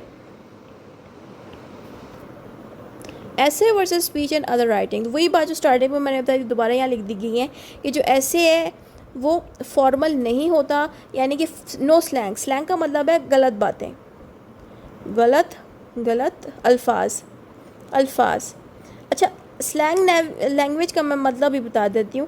हम जो दोस्तों के साथ एक दूसरे को यार वगैरह कह देते हैं, यार का जो लफ्ज़ है वो स्लैंग की कैटेगरी में आता है, ठीक है। अब जैसे कि बाहर के लोग, अंग्रेज़ों को अगर आप देख लें तो वो गंदी गालियाँ दे रहे हैं तो उनके बच्चे भी गालियाँ दे रहे होते हैं। वो गालियाँ जो है स्लैंग लैंग्वेज होती है, क्योंकि वहाँ बाहर वाले मुल्क में होता क्या है कि जो अमीर घर के बच्चे होते हैं, बहुत ही जो अमीर होते हैं, वो स्लैंग लैंग्वेज बिल्कुल नहीं बोल पाते क्योंकि उनको अलाउड ही नहीं है स्लैंग लैंग्वेज बोलना, यानी कि गंदे अल्फाज बोलना अपने बातों में, क्योंकि वो बिजनेस डीलर्स के साथ उनका उठना बैठना होता है, यानी कि बड़े बड़े लोगों के साथ उनका उठना बैठना होता है, तो वो गंदे अल्फाजों को नहीं यूज़ करते। लेकिन यही बच्चे अगर बाहर चले जाएँ, यानी कि उनके अमीरों के बजाय जब बाहर आम लोगों में जाएँ तो आम लोग उनको गालियों के साथ बातें कर रहे होते हैं, ठीक है। पाकिस्तान में भी इसी तरह होता है कि अगर आप देखें कि कोई अमीर घर का बच्चा होगा, वो नॉर्मली इस तरह से बातें नहीं करेगा, बहुत रेयरली मैंने देखा है ऐसा, ठीक है। और वो बाहर के लोगों से जब बातें करेगा तो वो बाहर के दोस्तों में जब रहेगा तो दोस्त उनको गालियाँ भी गंदी सिखाएंगे, गंदे अल्फाज सिखाएंगे। तो ये जो गंदे अल्फाज होते हैं जो हम बातों में यूज़ करते हैं, ये स्लैंग लैंग्वेज होती है, यानी कि एक दूसरे को यार कह देना, ब्रो कह देना, कोई सेंस नहीं होती बात करने की, तो ये स्लैंग लैंग्वेज की कैटेगरी में आता है। गालियों के अलावा भी अगर हम ब्रो किसी को कह रहे हैं या किसी को यार कह रहे हैं तो ये लफ्ज़ भी स्लैंग लैंग्वेज में आता है। तो आप कह रहे हैं, तो यहाँ पे भी ये लिखा जा रहा है कि ऐसे में आप फॉर्मल नहीं रहते, यानी कि आप स्लैंग लैंग्वेज को बिल्कुल यूज़ नहीं करते, ना ही अपनी या किसी बंदे की पर्सनल लाइफ या पर्सनल स्टोरी उस ऐसे में लिखते हो। ज़ाहिर बात, आप किसी बंदे की पर्सनल लाइफ के ऊपर अगर बात करो, यानी कि पर्सनल का मतलब ये है कि उसके बेडरूम में क्या होता है या वो अपने बीवी के साथ कैसा है, तो ये पर्सनल हो जाती है, ठीक है। तो ये अल्फाज आपने बिल्कुल भी ऐसे में नहीं लिखने, ठीक है, कभी नहीं लिखने। बहुत ही एक तरह की कह लें कि बेहुदा या बुरी चीज़ होती है, जिसमें आप किसी करैक्टर के ऊपर आप बात कर रहे हो तो आप उसके करैक्टर के ऊपर ऐसी बातें नहीं कर सकते जो गलत हो, ठीक है। तो ये बात यहाँ लिखिए। उसके अलावा ऐसे और स्ट्रक्चर, और ऐसे जब भी आप लिखो तो उसको आप स्ट्रक्चर की तरह लिखो, यानी कि अगर आप कहानी लिखना भी चाहते हो, किसी की करैक्टर के ऊपर एक अच्छी सी कहानी देना चाहते हो स्टोरी की तरह या ऐसे की तरह, तो आप उसको इस तरह से लिखो कि सब कुछ एक दूसरे का हलवा ना पक जाए। जैसे कि आपने कहानियाँ पढ़ी होंगी, अगर स्टोरीज़ पढ़ी होंगी, आपने कभी स्टोरी में देखा कि एकदम राइटर जो है स्टार्टिंग पे ही सारा कुछ बता देता है, ऐसा कभी नहीं होता। आप जब स्टोरी रीड करते हो तो स्टोरी में पहले स्टार्टिंग पे ये बताया जाता है कि ये बच्चा पैदा कहाँ हुआ, बड़ा कहाँ हुआ, फिर उसके साथ जुल्म हुए। बिल्कुल वैसे ही ऐसे में भी इसी तरह होता है कि जब आप ऐसे को लिख रहे होते हो तो ऐसे लिखते वक्त भी आपने स्टार्टिंग पे इंट्रोडक्शन देना है सारा कुछ, देन फिर आपको सारा कंटिन्यू करना है। तो यही बात यहाँ पे लिखी है कि जो स्टोरी है बिल्कुल वैसे ही, ऑलमोस्ट ऐसे ही होता है, ठीक है। लेकिन ऐसे के अंदर क्या चीज़ होता है कि बातें ज़्यादा क्लियर लिखनी पड़ती हैं, ठीक है। स्टोरीज़ में ऐसा नहीं होता। स्टोरी में क्या होता है कि राइटर अपनी मर्ज़ी से कुछ बातें दबा देता है, कुछ बातें बोल देता है स्टोरी में, लेकिन ऐसे में इस तरह आपने नहीं करना। ऐसे में क्या करना होता है कि आपको हर चीज़ बहुत तफसील से बतानी पड़ती है। तो ये बात यहाँ लिखी है, audience, essays are for readers and you don't know personally like teachers और एग्जामिनर्स। तो यहाँ पे कह रहे हैं कि जो ऐसे है वो आप जो लिख रहे होते हो, आप ये सोच के लिखा करो कि ये ऐसे लोगों ने रीड करना है, यानी कि जो टीचर है, ज़रूरी नहीं एक टीचर रीड करे, क्या पता आपका ऐसे एक से ज़्यादा टीचर चेक कर रहा हो। तो आप कोशिश करें ऐसे में वो सारी इन्फॉर्मेशन आप ऐड करें जो एक रीडर को कन्विंस कर सके या एक रीडर को इतना जो है मुतमईन कर सके कि वो आपको मार्क्स दे दे, ठीक है। तो ये चीज़ यहाँ पे लिखी गई है कि जो ऑडियंस है, यानी कि जो रीडर है या जो टीचर है जो चेक कर रहा है, उसको आप कन्विंस करने के हिसाब से ही ऐसे लिखें, यानी कि स्टार्टिंग पे अच्छा सा तारुफ दें, फिर उस कैरेक्टर के बारे में प्रॉपर्ली बताएं कि वो कहाँ पैदा हुए, एंड देन इस तरह से कंटिन्यू करें बात, ताकि जो रीडर है वो कन्विंस हो जाए कि वाकई में आपके पास इतना नॉलेज था, तभी तो आपने इतना लंबा ऐसे लिखा, तो वो चाह के भी आपको फेल ना कर पाए। डिफरेंट टाइप ऑफ ऐसे, यानी कि डिफरेंट टाइप ऑफ ऐसे कौन कौन से हैं। पहला है ऐसे है आर्ग्यूमेंटिव ऐसे। आर्ग्यूमेंटिव ऐसे वो होते हैं जिसमें क्या होता है कि आप किसी टॉपिक के ऊपर आर्ग्यूमेंट्स कर रहे होते हो, यानी कि कोई पॉलिटिकल अगर ऐसे आ गया, आपको पॉलिटिक्स से रिलेटेड आ गया, तो आपने उसी हिसाब से आर्ग्यूमेंट्स उसमें डालनी है, अपने लाइक पॉलिटिक्स रिलेटेड अल्फाज उसमें ऐड करने हैं। तो ये बात भी है। अगली हेडिंग है डिस्कशन ऐसे, यानी कि कुछ ऐसे ऐसेस होते हैं जिसमें आपको अलग से डिस्कशंस ऐड करनी होती है। जैसे कि आपने लिखना है give both sides then give your opinion, यानी कि इसमें क्या होता है आपको खुद से अपने ओपिनियन भी इसमें देने पड़ते हैं इस वाले ऐसे में, डिस्कशन ऐसेस में, और आपको तफसील भी देनी होती है उस टॉपिक की, यानी कि जो हमने पहले सारा पढ़ा था ना कि तफसील देनी होती है, इंट्रोडक्शन अच्छा सा हो स्टार्टिंग पे, एंड देन फिर उसके जो सेंटर की बातें हैं वो भी अच्छी हो, एंडिंग भी अच्छी हो, तो वो डिस्कशन ऐसे होता है, ठीक है। देन वी हैव एक्सप्लेनेशन ऐसे, explain causes effect and process. जो एक्सप्लेनेशन ऐसेस होते हैं वो मुख्तलिफ होते हैं। उसमें क्या होता है कि आपको रीज़न बतानी होती है कि ऐसी कंडीशन क्यों है। मिसाल के तौर पे आजकल सैलाब फैला हुआ है पाकिस्तान में बहुत ज़्यादा, और बहुत से लोग, अल्लाह उन लोगों को सब्र अता फरमाए, बहुत से लोगों की फैमिलीज़ की डेथ भी हुई है और बहुत से लोगों के घर भी डूबे हैं सैलाब में। तो अगर आपको सैलाब से मुतल्लिक़ अगर ऐसे आता है तो ज़ाहिर बात है आपने सिर्फ ये तो नहीं बताना कि सैलाब कैसे कॉज हुआ, आपने सारा कुछ बताना है कि सैलाब कॉज होने की क्या वजह है, हमारा जो निज़ाम है यहाँ का सही नहीं है, किस अथॉरिटी के पास पावर है, यानी कि आपको हर चीज़ बहुत बारीकी से बतानी है सैलाब के मुतल्लिक़ कि सैलाब कॉज कैसे हुआ, अथॉरिटीज़ ने कंट्रोल किया था कि नहीं किया था, और किस मेथड के थ्रू ये मसला हल हो सकता है। यानी कि अगर आपको एक टॉपिक आ गया, आपने उस टॉपिक के अंदर एक्सप्लेन करना है कि रीज़न क्या था ये मसला होने का, ये मसला हो गया तो उससे क्या असर पड़ा हमारे माशरे पे, हमारे मुल्क पे, और इसको ठीक करने का क्या प्रोसेस है। यानी कि अगर इस तरह का ऐसे आ गया तो आपने ये चीज़ें उसमें ऐड करनी होती हैं, ठीक है, एक्सप्लेनेशन एसेज में। दूसरा है डिस्क्रिप्टिव एंड कंपैरिजन एसेज। ये वो एसेस होते हैं जिसमें आप इंसानों के बारे में डिस्कस कर सकते हो, या अपने आइडियाज़ के ऊपर आपको कोई ऐसे आ सकता है, या किसी हादसे के ऊपर, किसी इवेंट के ऊपर ऐसे आ सकता है। तो ये वो वाले एसेस होते हैं, ठीक है। तो उनको उस हिसाब से आपने लिखना होता है। तो ये जो टाइप ऑफ ऐसे हैं, या अब अगर आपको माइंड में हो, आपको तरीका आता हो इनको लिखने का, तो आपके आराम से मार्क्स आ जाएंगे इंशाल्लाह। तो मैं इंशाल्लाह एक दिन आप लोगों के लिए इनके ऊपर भी अलग से वीडियोज़ बनाऊँगी, जिसमें मैं इन सारे एसेस को सॉल्व भी करके दिखाऊँगी इंशाल्लाह, और आपको प्रॉपर तरीका भी सिखा दूँगी। इसमें वही ऊपर वाली बात दोबारा मैंने रिपीट कर दी कि जो इंट्रोडक्शन है, tell your reader what the essay is about and what you will say. यानी कि आपका जो इंट्रोडक्शन है उसमें आप ये मेंशन करेंगे कि आपने क्या बताना चाह रहे हैं आप ऐसे के अंदर। वो इंट्रोडक्शन में भी आपने थोड़ा बहुत एक इस तरह से बातें लिखनी है कि जो रीडर है वो समझ जाए कि आप क्या बोलना चाह रहे हैं, ठीक है। उसके साथ और आपने ऐसी बातें भी ऐड करनी है कि रीडर को शुरू से ही समझ आ जाए कि अब आप बाकी पेजेस पे क्या लिखने वाले हैं। यानी कि आपके स्टार्टिंग वाले अल्फाज जो आप लिखें तो आप ऐसे चुनें अल्फाज लिखते वक्त कि जो रीडर है उसको आइडिया भी हो जाए कि आप क्या लिखने लगे हैं, ताकि उसमें इंटरेस्ट बढ़े रीड करने का। दूसरी चीज़, रीडर के माइंड में, यानी कि जो टीचर है जो रीड करेगा उसके माइंड में भी ये चीज़ दिख जाए कि आप क्या बोलने वाले हैं आगे, ठीक है। Body, explain your points with example and evidence. यानी कि आप जब अपनी बातें लिख रहे होंगे, आगे जो कुछ भी आप लिख रहे होंगे उसमें आप एग्जाम्पल डाल सकते हैं और एविडेंसेस दे सकते हैं कि मैंने फ़लाँ जगह पे भी बात लिखी थी। लेकिन आपने कैजुअल वे में नहीं बोलना, या ऐसे नहीं बोल देना कि फ़लाँ जगह पढ़ी थी। आपने प्रॉपरली एक सही अल्फाजों में बताना होगा कि ये चीज़ फ़लाँ जगह पे होगी लिखी हुई, ठीक है। अब वो किस तरह से लिखा जाएगा प्रोसेस, तो वो इंशाल्लाह मैं आपको दूसरी वीडियो में बता दूँगी। ये वीडियो भी काफ़ी लंबी बन गई है। Next is remind the reader of your main points and opinion. और जब आप लिख रहे होंगे ना अपने ऐसे को, तो आप कोशिश करें कि ऐसे में वो अल्फाज जो आप चाहते हैं कि रीडर के दिमाग में बैठ जाएं, वो अल्फाज आप रिपीट कर सकते हैं। मैं ये नहीं कह रही कि आप बार बार सेम लाइंस रिपीट करें। आप इस तरह से कर सकते हैं कि वो जो लाइन आप माइंड में बिठाना चाह रहे हैं रीडर के, यानी कि टीचर के, आप वो अल्फाज चेंज करके भी डाल सकते हो ऐसे में। यानी कि एक लाइन को आप थोड़ा सा चेंज करके अपने अल्फाज से चेंज करके लिख सकते हो आगे दोबारा, ताकि एग्जामिनर 2-3 दफ़ा सेम बात रिपीट हो जाए उसके दिमाग में, लेकिन अल्फाज चेंज हुए होंगे। तो एग्जामिनर ये भी नहीं कह सकता कि आपने एक ही लाइन 3-4 दफ़ा लिख दी है, बल्कि आप एक ही लाइन को चेंज करके भी आगे लिख सकते हो, ताकि एग्जामिनर में ये चीज़ बैठ जाए कि आप उसके दिमाग में क्या डलवाना चाह रहे हो। तो वो चीज़ आप बार बार लिख दो, ताकि एग्जामिनर ये भी ना कहे कि हमने रिपीट की है, और वो चीज़ एग्जामिनर के दिमाग में भी बैठ जाए आपकी लिखी हुई बात, ताकि एग्जामिनर आप कैसे को याद रखे और बाकी को ना याद रखे।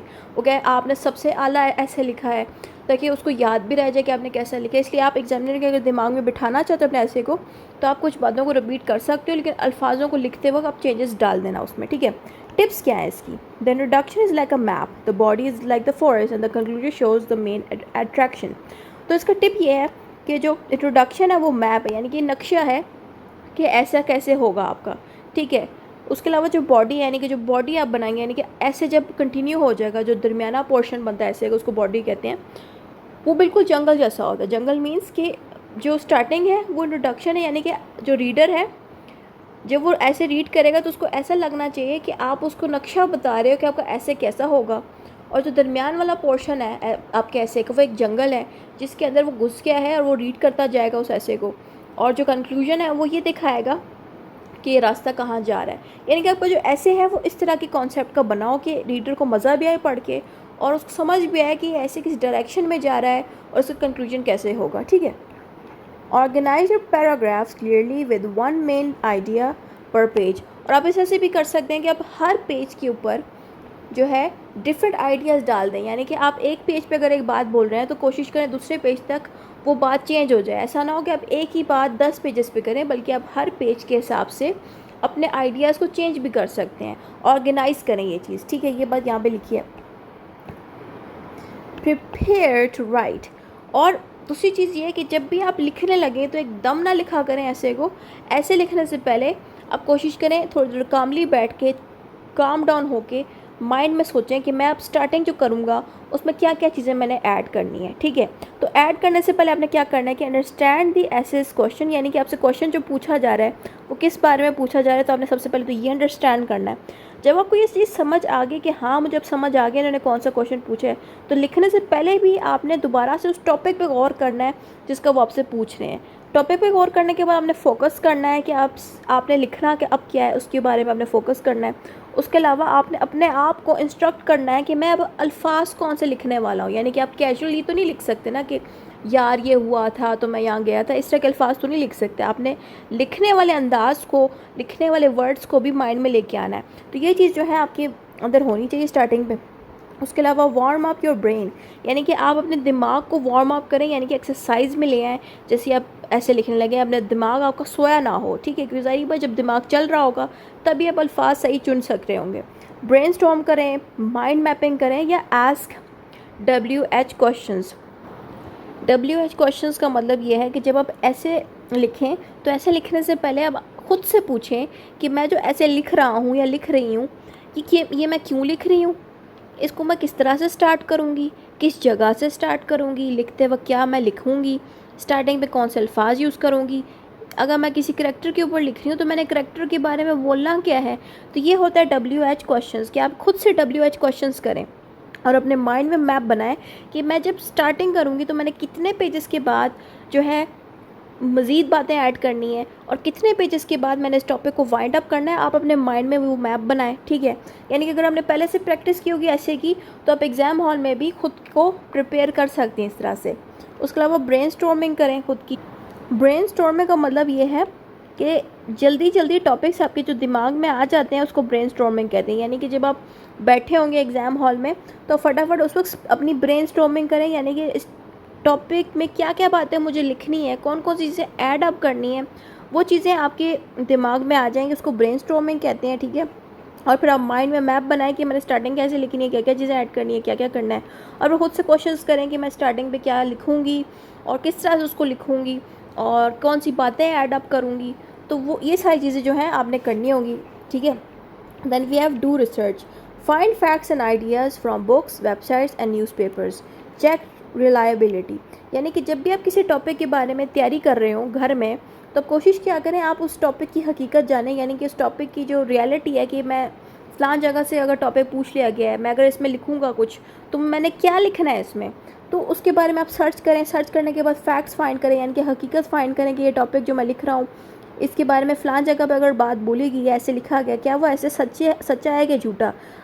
तो उसके बारे में आप जगह जगह से रिसर्च कर सकते हैं, यानी कि आप लाइब्रेरीज़ जाएँ, लाइब्रेरीज़ में डिफरेंट किताबें होती हैं वहाँ जाएँ, वहाँ से पढ़ें। अगर आप लाइब्रेरी नहीं जा सकते तो वेबसाइट्स पे जाएँ, वेबसाइट्स पे भी आपको हकीकत वाली चीज़ें भी मिल जाएंगी, यानी कि रियलिटी वाली चीज़ें मिल जाएंगी जो हकीकत में हुई हैं। क्या पता जो ऐसे लिखा हो वो ऐसे झूठा हो, उसमें सही बातें ना हो और हकीकत वाली बातें आपको वेबसाइट पे या किताबों में या न्यूज़पेपर में, अखबारों में मिल जाए उस ऐसे के ऊपर। तो इस तरह से आप ऐसे की तैयारी घर बैठ के भी कर सकते हैं। और इस तरह से आप अपनी तैयारी क्या करें कि आप उस टॉपिक के ऊपर प्रॉपर रिसर्च करें, यानी कि अगर आप इल्लामा इकबाल के ऊपर अगर कुछ लिखना भी चाहते हैं, उनकी लाइफ के ऊपर लिखना चाहते हैं, तो आप कोशिश करें आप इन जगहों से प्रॉपरली रिसर्च करके फिर पेपर देने जाएँ। ऐसा ना हो कि आप बगैर रिसर्च के, बगैर तैयारी के ऐसे अटैम्प्ट करें तो उससे कोई मार्क्स आपको नहीं मिलेंगे। आपको बाकायदा रिसर्चेस करनी चाहिए, देन आपको मार्क्स मिलते हैं, ठीक है। तो रिसर्चेस लाजमी रखनी चाहिए। Then you have organise content, plan your paragraphs and what goes in each. यानी कि जब भी आप अपने पैराग्राफ को लिखें तो आप ऑर्गेनाइज तरीके से लिखें, यानी कि ऐसे ही आउट ऑफ नोवेयर आप इंट्रोडक्शन में कुछ और बातें लिख रहे हैं, आपकी एंडिंग भी नहीं हो रही, आपको एंडिंग करनी ही नहीं आ रही, तो इस तरह से मार्क्स नहीं मिलते। यानी कि आपका जो ऐसे है वो ऑर्गेनाइज तरीके से लिखा हो, ताकि एग्जामिनर को देख के पता चल जाए कि वाकई में ये बच्चा काबिल है, इसको हमें मार्क्स देने ही चाहिए, क्योंकि इसने प्रॉपर इंट्रोडक्शन भी दिया है और एंडिंग इतनी अच्छी की है, 10 पेज तक इसने इस आंसर को खींचा भी है और कोई गलतियाँ भी नहीं की ग्रामर की, तो इससे बहुत आपको अच्छे मार्क्स मिलेंगे। इसलिए अपने ऐसे को ऑर्गेनाइज रखें। उसके अलावा make a plan, your plan is like a road map showing the introduction, body and conclusion. यानी कि आप खुद के साथ एक प्लान करें। जैसे कि आप दोस्तों के साथ प्लान करते हैं कि आज हम मरी जाएंगे और हम चारों लोग गाड़ी में बैठेंगे और फलां जगह रहेंगे, यानी कि आप जैसे दोस्तों के साथ प्लानिंग करते हैं, वैसे जब भी आप पेपर में ऐसे लिख रहे हो तो खुद के साथ प्लानिंग करें कि मैंने अब ये इंट्रोडक्शन जो है अगर अभी स्टार्ट किया तो मैंने तकरीबन 20 मिनट तक इसका इंट्रोडक्शन खींचना है। 20 मिनट के बाद मैंने इसकी बॉडी वाले पोर्शन तक पहुंचना है, और जैसे ही 20 मिनट के बाद मैं बॉडी तक के पोर्शन में पहुंच जाऊंगा तो मैं बॉडी वाले पोर्शन को तकरीबन 30 मिनट्स दूंगा। उसके बाद जो बचा हुआ टाइम रह जाएगा, उस आखिरी टाइम में मैं कंक्लूजन के बारे में, यानी कि जो ऐसे की एंडिंग है उस एंडिंग के बारे में लिखूंगा। यानी कि आप खुद के साथ प्लानिंग करें पेपर लिखते वक्त, यानी कि आप बेशक अगर तैयारी कर रहे हैं तो तैयारी करते वक्त भी खुद को बताएं कि मैंने इस तरह से जो है पेपर अटैम्प्ट करना है, इतना टाइम देना है। और लिखते वक्त भी अगर आप घर में लिख रहे हैं, ऐसे लिखना सीख रहे हैं, तो ये चीज़ें आपके जहन में हो कि मैं लिखते वक्त जो है इस तरह से प्रॉपर्ली प्लान करूं ताकि पेपर के दिन आपको मुश्किल ना आए। ठीक है, तो इस तरह से आपने प्लानिंग के साथ एक ऑर्गेनाइज तरीके के साथ खुद को सिखाना है कि मैंने किस तरह से ऐसे अटैम्प्ट करना है। आगे आता है राइट द ड्राफ्ट। ड्राफ्ट का मतलब ये है कि आपने स्टार्टिंग में ड्राफ्ट को देखना है। ड्राफ्ट मीन्स आइडियाज़, यानी कि आपने खुद के जहन में एक छोटा सा ड्राफ्ट बना देना। ड्राफ्ट का मतलब है एग्जाम्पल ऐसे। ड्राफ्ट होता है एग्जाम्पल ऐसे, यानी कि आपने अभी तक ऐसे लिखा नहीं है, सिर्फ अपने दिमाग में एक तरह का जवाब पूरा बना दिया कि आप अपने दिमाग को बता चुके हैं कि अभी मैं ऐसे में जो लिखूंगा उसके इंट्रोडक्शन में मैं ये मालूमात लिखने वाला हूँ, ठीक है, दरमियान में बॉडी के अंदर मैं ये मालूमात लिखने वाला हूँ और इतने पेजेस तक खींचूंगा, और कंक्लूजन जो एंडिंग है उसमें मैं ये इन्फॉर्मेशन इस टॉपिक के ऊपर लिखूंगा। इसको कहते हैं ड्राफ्ट। यानी कि आपने ड्राफ्ट दिमाग में जैसे ही बना लिया, उसके बाद आपने ऐसे को लिखना है। ये तो मैंने एग्ज़ाम के हिसाब से बता दिया, लेकिन अगर आप घर बैठ के होम के अंदर बैठ के प्रिपरेशंस कर रहे हैं तो आप क्या कर सकते हैं कि आप दो तरह से कर सकते हैं अटैम्प्ट अपने ऐसे को घर बैठ के। आपने क्या करना है, एक पहला ऐसे जो आप अटैम्प्ट करें वो ड्राफ्ट ऐसे बनाए जिसमें आप सिंपली एक टॉपिक के ऊपर बनाएं, जिसमें आप इंट्रोडक्शन दें, बॉडी बनाएं, कंक्लूजन दें। ठीक है, आप कोई ग्रामर की तरफ ना देखें, ना स्पेलिंग मिस्टेक को देखें, बस एक दफ़ा एक ड्राफ्ट बना के तैयार कर लें, यानी कि एक इंट्रोडक्शन दें, उसका अच्छा सा बॉडी बनाएं, देन फिर उसका कंक्लूजन दें, लंबा चौड़ा सा आंसर बना दें ऐसे का। एक और ऐसे भी आप अटैम्प्ट करेंगे, यानी कि पहले आप जो एक बनाएंगे उससे आपको आइडिया हो जाएगा कि मैंने इसमें इंट्रोडक्शन भी दे दिया, मैंने इसकी बॉडी भी बड़ी ज़बरदस्त बना दी, मैंने इस पर कंक्लूजन भी दे दिया। फिर आपने क्या करना है, उसी ड्राफ्ट को फिर चेक करना है, उसमें फिर स्पेलिंग मिस्टेक्स भी होंगी, ग्रामर भी होंगी। फिर आप दूसरी दफ़ा जब लिखोगे तो दूसरी दफ़ा में आपकी मिस्टेक नहीं होगी। तो यही चीज़ होती है कि आप जब खुद के लिए तैयारी करते हो घर में, तो पहले आप एक ड्राफ्ट ऐसे बनाओ जिसमें मिस्टेक्स तो होंगी, लेकिन उसका जो सीक्वेंस है, यानी कि स्ट्रक्चर है ऐसे लिखने का, अच्छे मार्क्स लेने का, वो आप तैयार कर लो, एक दफ़ा लिख लो, आपकी प्रैक्टिस अच्छी हो जाए। उसके बाद आप एक और ऐसे लिखो जिसमें बगैर गलती के, बगैर स्पेलिंग मिस्टेक के, बगैर ग्रामर मिस्टेक के आप उसको लिखो, ताकि जो मिस्टेक जिसमें मिस्टेक्स नहीं होंगी, ज़ाहिर बात है वही फिर आप पेपर में अटैम्प्ट करोगे। लेकिन आप पहले कोशिश करो ड्राफ्ट को अच्छे से तैयार कर लो, ताकि आपको ड्राफ्ट लिखना आ जाए, यानी कि आपको स्टार्टिंग, एंडिंग और मिडल में जो बातें लिखनी है वो सारा कुछ एक दफ़ा लिखना आ जाए। स्पेलिंग मिस्टेक बाद में फिर ठीक हो जाएंगी। एक दफ़ा स्पेलिंग मिस्टेक जब ठीक होगी इंशाल्लाह, फिर तो आप पेपर भी दे सकेंगे। इंट्रोडक्शन जब आप दें तो आपको पता हो कि मैंने इसके अंदर एक फ़िक्स्ड चीज़ें लिखनी है, यानी कि आप अपने दिमाग में पहले से तैयार करके आए हो कि ये टॉपिक आया तो मैंने इसका इंट्रोडक्शन ऐसे देना है। ज़ाहिर बात आप घर में जब तैयारी कर रहे होंगे तो आपने घर के अंदर भी जो भी टॉपिक आप करें, हर टॉपिक के ऊपर एक ड्राफ्ट बनाएं, फिर उसके बाद एक सही वाला टॉपिक बनाएं, यानी कि एक दफ़ा ड्राफ्ट में इंट्रोडक्शन दें, फिर उसका बॉडी बनाएं, फिर उसकी एंडिंग करें, ताकि आपको पता चल जाए कि जो भी टॉपिक आए तो मैंने उसको इस तरह से अटैम्प्ट करना है। ठीक है,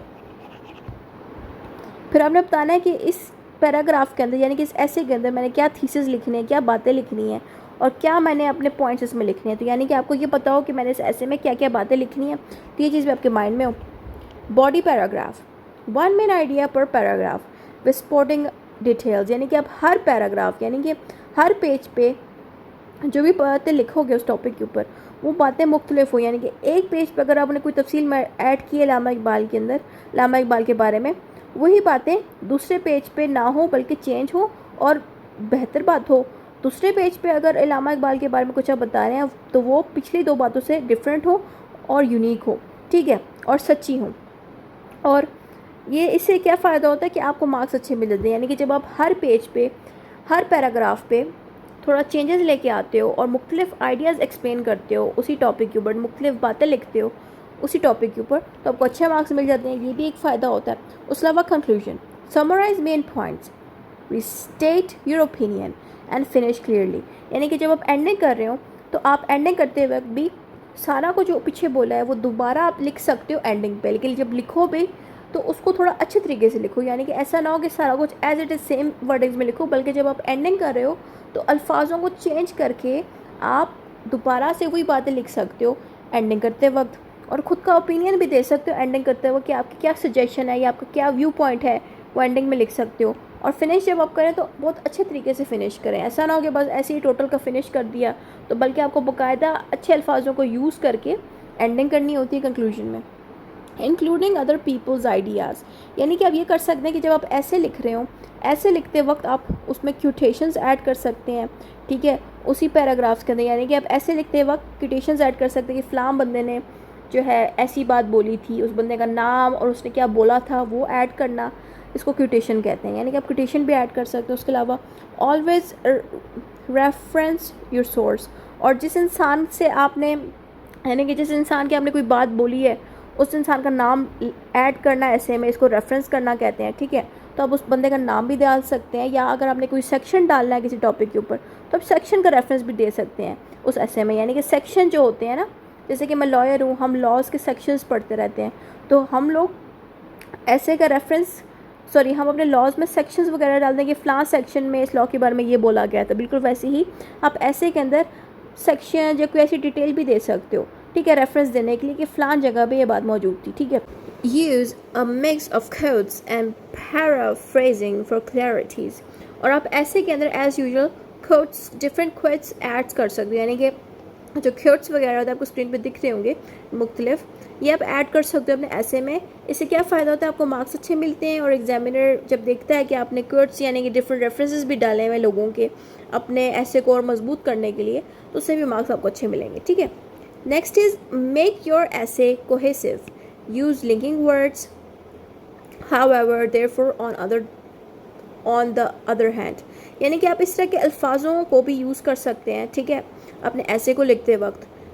रिपीट की ideas and use pronoun like it, this, that, और आप जब भी अपनी ऐसे को लिख रहे हो तो उसके अंदर प्रोनाउंस जो है अच्छे से यूज़ करें, जैसे कि like, it, this and that, यानी कि आपके जो ग्रामर के जो अल्फाज हैं वो आप अच्छे से यूज़ करें उसके अंदर, ठीक है। उससे क्या होता है कि जब आपकी इंग्लिश अच्छी यूज़ होती है, उसमें ग्रामर की कोई मिस्टेक नहीं होती, और प्रोनाउन और लिंकिंग वर्ड इस तरह की जब यूज़ होते हैं तो उससे मार्क्स बड़े अच्छे आते हैं। उसके अलावा make sure ideas flow logically from one paragraph to another, और आपका जो आंसर है, जो आप आइडिया देना चाह रहे होते हो अपने ऐसे के अंदर, वो ख़राब ना हो, एक ही सीक्वेंस के साथ, तरतीब के साथ, बगैर मिस्टेक्स के चलता जाए। तो ये चीज़ इसके अंदर आपने ऐड करनी है। उसके अलावा revise and polish, check grammar and sentence structure, यानी कि एक दफ़ा जब आप ऐसे लिख दें तो ऐसे लिखने के बाद आखिर में आप ग्रामर मिस्टेक अगर आपने की है तो एक दफ़ा रीड आउट कर लें, ताकि जो मिस्टेक हैं वो आप दूर कर सकें, ठीक है। उसके साथ आप ये भी देख लें कि आपने जो सेंटेंसेस लिखे हैं क्या वो उस स्ट्रक्चर पे मौजूद है, यानी कि स्टार्टिंग पे इंट्रोडक्शन जो देना है, बॉडी बनानी है, और कंक्लूजन देना है, क्या वो जो हमने सेंटेंसेस लिखे हैं क्या वो उस स्ट्रक्चर के हिसाब से हैं या नहीं, ये चीज़ भी आपने एंड पे देखनी है, ठीक है। Use formal language not casual conversation, और आपने क्या करना है, नॉर्मल फॉर्मल लैंग्वेज को यूज़ करना है, यानी कि आपने कैजुअल नहीं होना, फॉर्मल अल्फाजों को यूज़ करना है, यानी कि आप सीरियस हों अपने कन्वर्सेशन में, और कोई भी लाइक फ़नी अल्फाज या नेगेटिव अल्फाज आप अपने ऐसे राइटिंग में यूज़ ना करें। ये चीज़ आपने देखनी भी है, जहन में भी रखनी है। अगर गलती से ये अल्फाज लिख दिए गए तो कोशिश करें रीड कर लें अपने ऐसे को, ताकि अगर इस तरह के अल्फाज यूज़ हो गए हैं तो उसको कट डाउन कर लें, ठीक है। रेफरेंस योर सोर्स करेक्टली, और अगर आपने कोई कोटेशन दी है या कोई रेफरेंस दिया है या कोई सेक्शन वगैरह डाला है तो उसको सही तरीके से डालें, यानी कि सेक्शन में कोई मिस्टेक ना हो, या किसी इंसान का अगर रेफरेंस दिया है तो उस इंसान का नेम सही से लिखा गया हो, ठीक है। Check spelling and punctuations carefully, और अगर हमने पंक्चुएशंस अच्छे से नहीं दी तो उसको लाजमी देख लें ताकि वो मिस्टेक ठीक हो जाए। अगर कोई स्पेलिंग मिस्टेक कहीं होगी तो स्पेलिंग मिस्टेक आप दूर कर दें, ठीक है। यानी कि जो आपका ऐसे है, एक दफ़ा अगर आप लिख दें तो उसको एक दफ़ा दोबारा रीड कर लें ताकि जो मिस्टेक हुई है वो मिस्टेक्स निकल जाएँ, ताकि आपके ऐसे से अच्छे मार्क्स आएँ। Then we have punctuation matters, it helps readers understand your meaning. आपकी जो पंक्चुएशन है, जैसे कि हम कहते हैं ना, पंक्चुएशन में ये होता है कि इसमें लिखा हुआ आता है ना पैराग्राफ में, दैट्स माई बुक। अब आप अगर दैट्स की जगह सिर्फ दैट माई बुक लिख दोगे तो ये गलत होगी, तो इसमें हमने बाकायदा प्रॉपरली पंक्चुएशन लगानी होती है। दैट्स माई बुक, तो अगर आप कोई भी ऐसे लिख रहे हो तो ऐसे लिखते वक्त आपकी पंक्चुएशन मिस्टेक नहीं होनी चाहिए, आपकी ग्रामर मिस्टेक नहीं होनी चाहिए। अगर पंक्चुएशन मिस्टेक्स आप कर रहे हो तो उससे मार्क्स बहुत जल्दी ड्रॉप होते हैं, तो इसलिए पंक्चुएशन बहुत मैटर करती है, ठीक है। यानी कि अगर आपने इस तरह लिख दिया ना दैट्स माई बुक, और दैट्स के साथ बाकायदा इस तरह से पंक्चुएशन वाले अल्फाज नहीं डाले तो इससे भी मार्क्स कट हो सकते हैं, इसलिए पंक्चुएशन बहुत मैटर करती है। तो पंक्चुएशन मिस्टेक भी अगर हो जाए तो प्लीज़ उसको दूर कर दें। अब आखिर में आता है फाइनल चेकलिस्ट, यानी कि आपने एंड पे जो चेकिंग करनी होती है अपने ऐसे की, एक दफ़ा जब आप लिख लेते हैं तो चेकिंग करनी होती है। उस चेकिंग में क्या क्या चीज़ें देखनी होती है। सबसे पहले हमने ये चीज़ देखनी होती है कि जो टॉपिक है क्या वो आपने सही से लिखा है कि नहीं, ठीक है। फिर हमने ये देखना होता है कि ऐसे एड्रेसेस द क्वेश्चंस, यानी कि जो ऐसे आपने लिखा है क्या वो क्वेश्चन को एड्रेस कर रहा है कि नहीं, यानी कि क्वेश्चन में जो बात लिखी गई है, पूछी गई है आपसे, क्या वो बातें आपने ऐसे में लिखी हैं सही से करके कि नहीं, ये चीज़ भी आपने देखनी है। उसके अलावा ऑर्गेनाइज प्रॉपर्ली, आपने ये भी देखना है कि क्या जो ऐसे लिखा गया है क्या वो ऐसे आपने सही से ऑर्गेनाइज करके लिखा है, यानी कि इंट्रोडक्शन दिया है, फिर उसके बाद आपने उसमें बॉडी बनाया, अच्छा सा कंक्लूजन दिया है, यानी कि एक स्ट्रक्चर जो है क्या वो अच्छे से स्ट्रक्चर आपने डाला है कि नहीं, ये चीज़ तो आपने देखनी है एंड में। उसके अलावा फैक्ट सपोर्ट ओपिनियन, और आपने ये भी देखना है कि क्या आपने कुछ फैक्ट्स दिए हैं अपने केस में कि नहीं, अपने ऐसे में कि नहीं। फैक्ट्स मीन्स के जो ऐसे के अंदर आप फैक्ट्स डालते हो कि फ़लाँ बंदे ने ये बात बोली, तो जो फ़लाँ बंदे ने बोली है वो फैक्ट्स हैं, हकीकतें हैं। तो अगर आप हकीकतें ऐड करते हो, कुछ एक लाइन दो लाइन हकीकतों की ऐड करते हो, क्या वो ऐड हैं कि नहीं, ठीक है। तो ये चीज़ भी हमें देखनी है। उसके अलावा इंट्रोडक्शन के बारे में अगर देखें तो इंट्रोडक्शन में क्या चीज़ें आपने क्लियर करनी है। इंट्रोडक्शन में हमें ये देखना है कि कॉन्टेंट्स गिवन के, जो इंट्रोडक्शन में जो बातें लिखी गई हैं, कंटेंट जो दिया गया है वो किस टॉपिक के ऊपर है, ये चीज़ आपने रीड करते वक्त जाननी है दोबारा। यानी कि ऑब्वियसली एक दफ़ा जब आप लिख रहे होंगे तब तो आप देख ही रहे होंगे, लेकिन दोबारा जब आप चेकिंग कर रहे हो तो चेकिंग करते वक्त आपने ये चीज़ माइंड में रखनी है कि जो इंट्रोडक्शन है वो किस बारे में आपने लिख दिया है, ठीक है। ऐसा ना हो कि आप इंट्रोडक्शन में कुछ गलत लिख दो, तो वो गलती ना हो, इसलिए आप एक दफ़ा दोबारा इंट्रोडक्शन को देख लें कि इंट्रोडक्शन में मैंने क्या लिखा है, ठीक है। उसके अलावा थीसिस स्टेटमेंट क्लियर, और जो बातें आप लिखना चाह रहे हो, यानी कि जो थीसिस या बहुत जो बड़ा सा जो आपने ऐसे लिखा है, यानी कि जो लंबा सा जो ऐसे लिखा है उसको हम थीसिस भी कहते हैं ना। तो जो आपने ऐसे लिखा है क्या वो ऐसे आपके टॉपिक के साथ जो वो पूछ रहे हैं उसके साथ रिलेट करता है कि नहीं, और जो बातें आपने लिखी हैं क्या वो बातें सही हैं कि नहीं, ये चीज़ें आपने देखनी है। और क्या वो बातें क्लियरली लिखी हैं कि नहीं, कोई मतलब क्लियरली मीन्स कि आपने हर अल्फाज बहुत सही से लिखे हैं कि नहीं, ताकि एग्जामिनर जो रीड करने वाला है उसको सही से समझ आए या नहीं, ठीक है। तो ये चीज़ भी आपने देखनी है एंड पे रीड करके। जब देखिए अगर आप एक दफ़ा लिख लेते हैं और लिखने के बाद रीड करते हैं, और जब आपको खुद रीड करके आराम से समझ आ रहा है तो ज़ाहिर बात है एग्जामिनर को भी समझ आ जाएगा। लेकिन जब आप एक दफ़ा लिख लेते हैं और आप खुद जब रीड करते हैं दोबारा अपने ही लिखी हुई चीज़ को, और आपको खुद ही नहीं समझ आ रहा, तो रीडर को भी समझ फिर नहीं आएगा, ठीक है। इसलिए जब भी आप कोई चीज़ लिखा करें तो वो बहुत क्लियर लिखा करें, उसमें ग्रामर मिस्टेक भी ना हो और अल्फाजों की भी मिस्टेक ना हो।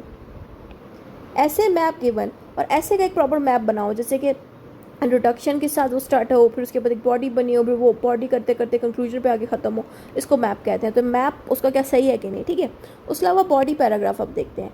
वन मेन आइडिया पर पैराग्राफ, और बॉडी पैराग्राफ मीन्स कि हर पेज पे, हर पैराग्राफ पे, जितने भी कागज़ पे आप ऐसे लिखोगे वो ऐसे जो हैं वो हर पेज पे थोड़ा डिफरेंट हो। यानी कि अगर अल्लामा इकबाल की लाइफ पे आप बात कर रहे हो तो हर पेज पे एक डिफरेंट बात बोलनी चाहिए आपको अल्लामा इकबाल की लाइफ के ऊपर।